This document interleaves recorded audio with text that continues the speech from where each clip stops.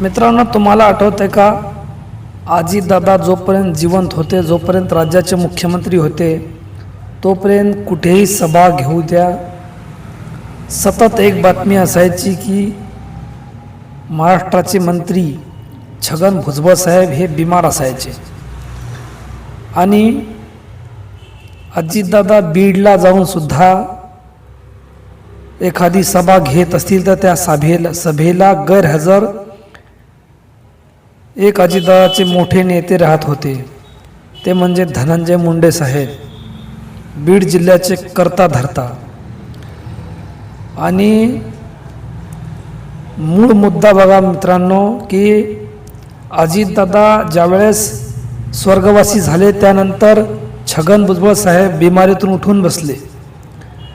कोणत्याच सभेला अजितदादा असताना सुद्धा, बीड जिल्ह्यामध्ये सभा असताना सुद्धा कोणत्याच सभेला हजर न राहणारे धनंजय मुंडे साहेब लगेच सभेला हजर झाले आणि सुनील तटकरे साहेब,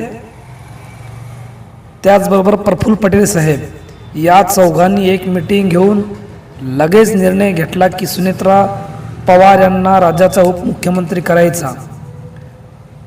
म्हणजे बघा मित्रांनो, अजितदादा जोपर्यंत बीड जिल्ह्यामध्ये जाऊन सभा घेत होते तोपर्यंत धनंजय मुंडे साहेब त्यांच्या सभेला गैरहजर राहायचे.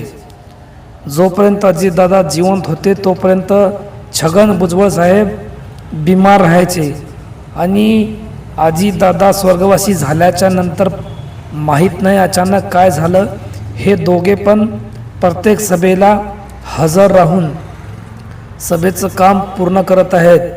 म्हणजे याला आपण काय म्हणायचं हे तुम्ही कमेंटमध्ये नक्की सांगा.